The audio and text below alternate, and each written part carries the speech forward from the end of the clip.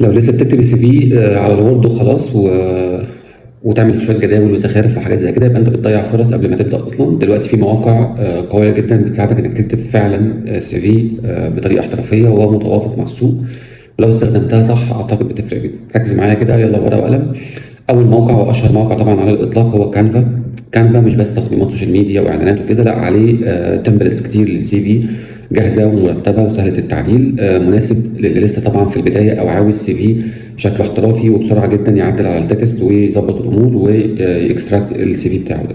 تاني موقع هو الريزومي دوت اي او.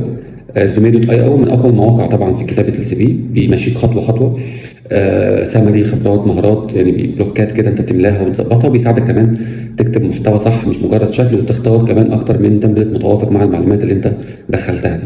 ثالث موقع هو اسمه ذاتي. ذاتي هو بيشتغل كانه كاوتش، يعني هو بيكاوتش معاك، بيقترح عليك جمل جاهزه لكل وظيفه بالاي اي وكده، وبيظبط لك الصياغه علشان السي في يبقى مقنع وواضح اكتر. رابع موقع هو نوفو ريزومي. ده موقع ممتاز جدا، خصوصا لو بتقدم على شركات كبيره قوي، تصميماته بسيطه ومتوافقه مع نظام الاي تي اس، وده مهم علشان السي في يوصل فعلا للاتش ار ويعدي نظام الاي تي اس. خامس موقع هو اللينكدين ريزومي بيلدر. ده كتير طبعا الناس مش واخده بالها من الخاصيه دي، انها موجوده في لينكدين نفسه. بيطلع لك سي في من البروفايل، لو بروفايلك متظبط كويس تقدر تطلع منه سي في محترم في ثواني بسيطه. نصيحه بقى مهمه جدا في استخدام المواقع دي، اي موقع هتستخدمه افتكر ان المحتوى اهم من الشكل. السي في الحلو مش اللي شكله حلو.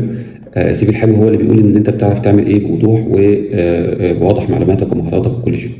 الادوات كتيره طبعا، بس الفرق الحقيقي انك تستخدمها صح. السي في قوي يعني فرصه انترفيو حقيقيه باذن الله. بالتوفيق لكم جميعا، واشوفكم دايما على خير، والسلام عليكم.